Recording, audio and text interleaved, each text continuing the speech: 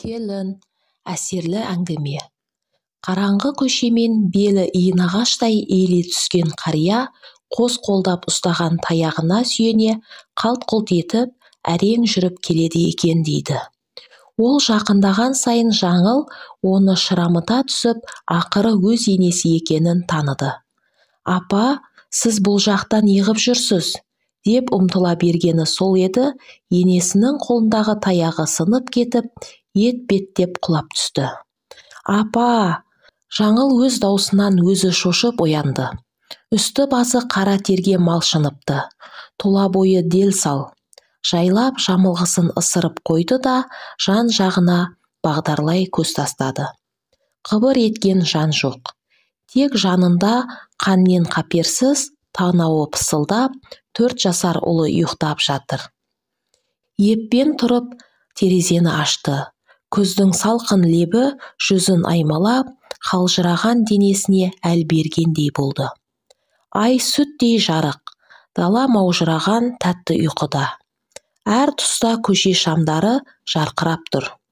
Көк аспанды қара қошқыл бұлттар қаптап, жаңағы айды бұдан қызғанғандай бүркемелеп жауып тастады. Кенет самсаған жұлдыздардың арасынан біреуі төмен қарай жылжи беріп, көзден ғайып болды. «Я, уақыты жетсе жұлдыз да ағып түседі ғой», деді күрсініп. Орнына келіп, баласының көрпесін қымтап жапты да, аналық мейіріммен өзіне тартып, маңдайынан иіскеді.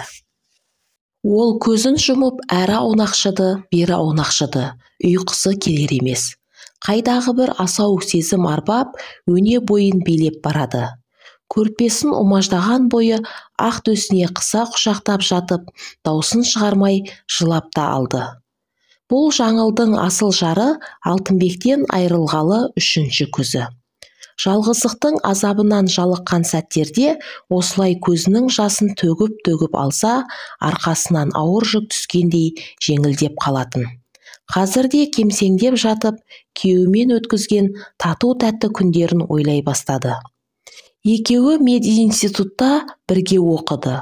Алғашқы жылдары достық өмір өткізген олар, сынаптай сырғыған уақытпен қоса бірін-бірі ұнатып, болашаққа да қол ұстасып, бірге аттанайық деп уағдаласқан еді. Алтынбек сұңғақ бойлы, қыр мұрынды, қой көзді, үстіне шаң жұқтырмай таза киініп жүретін салмақты да сабырлы жігіт болатын. Түйіліп жазылған қалың қабағы мен ойлы көзқарасы өзіне сондай жарасып тұрушы еді. Оқуларын бітірген жылы үйленіп, отау тікті. Қаланың шет жағындағы аядай 3 бөлмелі үйде Алтынбектің қартайған анасы мен інісі Еркінбек төртеуі тұрып жатты. Дина шешей адамгершілігі мол, көңілі дариядай шалқыған кең пейіл жан еді. Өзінің ұзақ жылғы өмірінен жинақтаған мол тәжірибесін жаңылға түсіндіріп, келешек тіршілік жайлы ұғындырып отыратын. Тұңғыштары Мұратбек дүниеге келгенде, енесінің қуанышы қойнына симай, енді өлсем, арманым жоқ деп, немересін бауырына салып алған еді. Үйді жиыстырып, тыным таппайтын бұған, «Қарағым, өзің жұмыстан шаршап, шалдығып келесің. Күйбеңдей бермей, бір уақыт демалсаңшы, үйдің шаруасы таусылушы ма еді?» деп ылғи бәйек болып жүргені. Ал Еркінбек болса, таңертең ертемен кетіп, түннің бір уағында келеді. Ешкіммен шешіліп сөйлеспейді. Қашан көрсең де бір нәрседен көңілі қалған адамдай томсырайып жүргені. Кей күндері аузынан арақ иісі мүңкіп, қызара бөртіп келетін.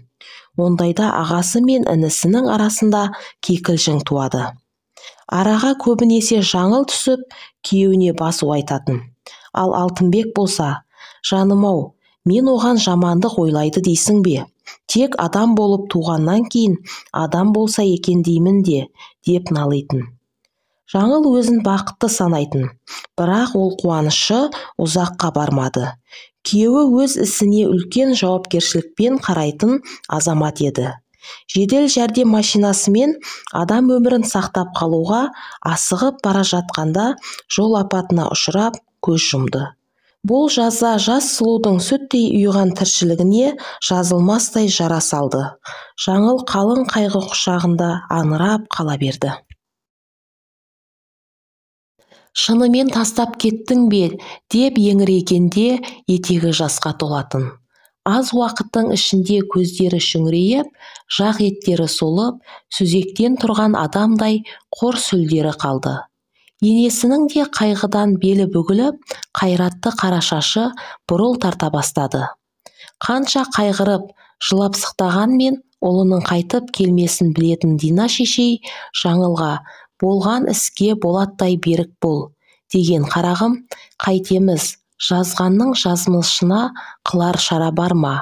Өлгеннің артынан өлмек жоқ, көнеміз де.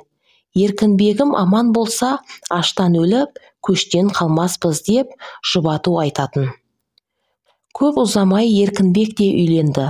Қалыңдығы орта бойлы, сұлу денелі Паршагүл есімді қараторы қыз еді. Уақыт зымырап өтіп жатты. Бір күні Жаңыл басының сақинасы ұстап, қатты ауырып қалды. Көзі қарауытып, шеке тамырлары солқылдап, әбден мазасы кетті. 2-3 қабат көрпе жамылса да, денесі суық тартып, қалтырай берді. Дина шешей дәріханадан дәрі-дәрмек әкеліп берді де, бүкшеңдеп жүріп кешкі ас қамына кірісті. Кейінгі кездері ыңқыл-сыңқылы көбейіп, шөгіп бара жатқан енесіне жаны ашыған Жаңыл күндегі әдетінше қолын төбесіне қойып, шалқайып жатқан абысынына: «Паршагүл, апаңа көмектесіп жіберсеңші» деді. «Шын жаның ашса, жатып алып біреуге бұйрық бергенше, өзің неге көмектеспейсің?» деді басын көтеріп алған Паршагүл көзімен атып. Бұлар болар деп ойламаған Жаңыл тосылып қалды да, көк желкемнен тартып, басым көтетпей жатқаны: «Әйтпесе өзім-ақ» деп, еппен көтеріліп, ас үй жаққа беттеді. Іштей өзіне риза болған Паршагүл: «Тап бүгін өлетін түрің көрінбейді» деп күмбірледі де қайтадан түзеліп жатты. Осыдан кейін-ақ екеуінің арасына сына түсті. Бірде Мұратбек ойнап жүріп, үстелді қағып кетті де, үстінде тұрған кеселерді сындырып алды. Оны байқап қалған Паршагүл: «Ой, ойының осылғыр, ойының осылсын. Ыдыстың бәрін осақ қиратып бітіретін болды. Қарашей өзін, қыршыныңнан қиылғыр» деп қарғап-сілеп, жақтауда тұрған сыпыртқыны алды да Мұратбектің жөн арқасына салып кеп жіберді. Төр жақта іс тігіп отырған Жаңыл кемсеңдеп келіп, бауырына тығылған баласының басынан сипап отырып: «Бала емес пе? Әдейі қақты дейсің бе? Байқамай қалды ғой, құлыным» деді қоңыр дауыспен жайлап қана. «Көп сөйлемей, аузыңды жауып отыр. Бұл бала емес, пәле. Өзіңнің үйің болмаған соң сеніңнен кетеді. Маған десе бәрін шатып тастаса да. Түсінсем бұйырмасын, бұл үйде әлі күнге дейін не күтіп отырғаныңды? Әлде ескі заманның ата салтына салып, қайын-ініңе тоқалдыққа тиіп алайын деп жүрмісің?» деді Паршагүл зымияндықпен сылқ-сылқ күліп. Мына сөз жүрегіне оқтай қадалған Жаңыл бұдан әрі бұл жерде тұрып, опа таппасын сезді де туған ауылына кетіп тынды. Жаңыл дөңбекшіп жатып, көрер таңды көзімен атырды. Кейінгі кездері апам түсіме жиі кіріп жүр. Бізді ойлап сағынып жүрме, әлде ауырып қалды ма екен? Қарт адам ғой, қуанып қалсын. Амандығын біліп, өз көзімен көріп қайтайын деген оймен ертерек тұрып жолға шықты. Түні бойы ауыр ойлардан әбден қалжыраған ол автобусқа мінісімен қалықтап барып, көзі ілініп кетті. Қалаға кіре берістегі ашық алаңға орналасқан зиратқа жақындай бере автобустан түсіп қалды да күйеуінің қабіріне келді. Құлыптастағы суретке қарап көзіне жас алды. Тап бір тірі кездегідей бұған күлімсірей қарап тұр. Алтынбек. Жаңыл оны жан тәнімен беріле сүйетін. Ол кешіксе көңілі алабұртып, қашан келгенше тағат таппайтын. Мінезінің ақжарқындығынан болар. Алтынбек келгенде үйдің іші күміс күлкіге толып кетуші еді. Кейде жаңыл жұмыстан шаршап шалдығып түңере ашуланып қайтқанда Алтынбек алдынан шығып: «Жаным-ау, бүгін ауа райы бұзылып тұр ғой, суық түсіп, қар жаумаса игі еді» деп ақсия күлетін. Нәзік белінен құшақтап, тамағынан иіскеп, құшырлана сүйіп алушы еді. Жаңыл оның осы тауып айтқан қалжыңы мен баладай пәк қылығына сүйсініп, тамылжыған жас күніндей лезде жадырап шыға келетін. Алтынбек одан әрі: «Өмір ағыны қатты арынды өзен. Жүзе білмесең, ол сені ағызып әкетеді. Сондықтан малтуды үйреніп, ағысқа қарсы жүзе алатындай күш қайратың болу керек. Сонда ғана бақытқа жетесің. Ал бақыт дегеніміз сыйластық пен тату-тәтті ғұмыр кешу», дейтін жымия түсіп. «Я, сол осы көзқарас». Кенет зираттың арғы жағына машина келіп тоқтады да, адамдар үстінен мәйіт салынған табытты түсіріп жатты. «Я», деді оны көрген жаңыл ауыр күрсініп. «Адам адамға, жан денеге қонақ» деген осы да. Жарық дүниеге біреу келеді, біреу кетеді. Сөйтіп тіршілік жалғаса береді. Біз бақыттымыз, Алтынбек. Артымызда өмірімізді жалғайтын ұрпағымыз, Мұратбегіміз бар. Өзің өлсең де рухың тірі. Ол осылай жансыз бейнемен үнсіз сырласып ұзақ тұрды. Аспанды қою қара бұлттар торлаған. Қоңыр күздің сумаңдаған суық желі соржыландай ысылдап, ышқына ысқырып тұр. Жартылай жалаңаш жас қайыңдар гуілдеген желдің екпінімен бір жағына қарай майысып, иіле түскен. Бір кезде қалықтап жүрген сансыз жапырақтардың біреуі қалбаң қағып, жаңылдың палтосының жағасына қонды. Алақанына салып, байыппен көз жүгіртті. Жапырақта 3 түрлі рең байқалады. Үші күреңденіп, ортасы сарғыш тартып, ал түп жағы әлі жап-жасыл. Жаңыл оны лақтырып тастауға қимай, қол сөмкесінен блокнотын алып, ортасына еппен салып қойды. Аздан соң әлдене есіне түскендей, орнынан қозғалып: «Разы бол, жаным. Қу тіземді құшақтап өтсем де, сенің аруағыңның алдында адал болуға ант су ішемін», деді де енесінің үйіне бет алды. Жаңыл ауызғы бөлмеге кіре бере состиып тұрып қалды. Қабырғаларының кейбір тұстары құлап, сілбі мен өрмекшінің торлары шырмаған. Мүңкіген күлімсі иіс адамның қолқасын қабады.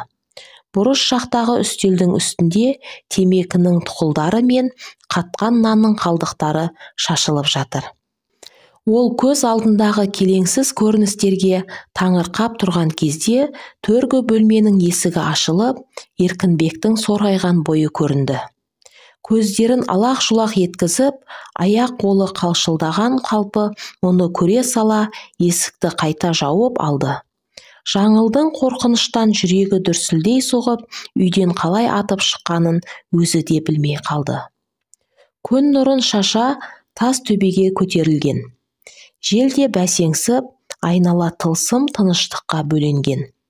Көрші үйдің алдыңғы жағындағы орындықта енесімен жақсы араласып жүретін, өзі де қолынан талай мәрте дәм татқан қара кемпір немересін ойнатып отыр екен.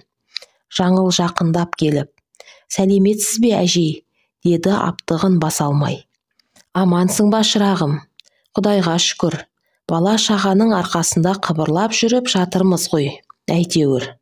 Аман саулық бөліскеннен кейін Жаңыл: «Әже, Еркінбекке не болған?» деді келген жағына жалтақтай қарап.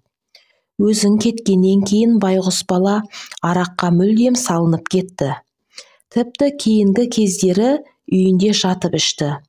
Содан психоздық дейме, әйтеуір өзін-өзі ұстай алмайтын елірме ауруына шалдыққан. Ал әйелінің төркініне кетіп қалғанына да біраз уақыт болды.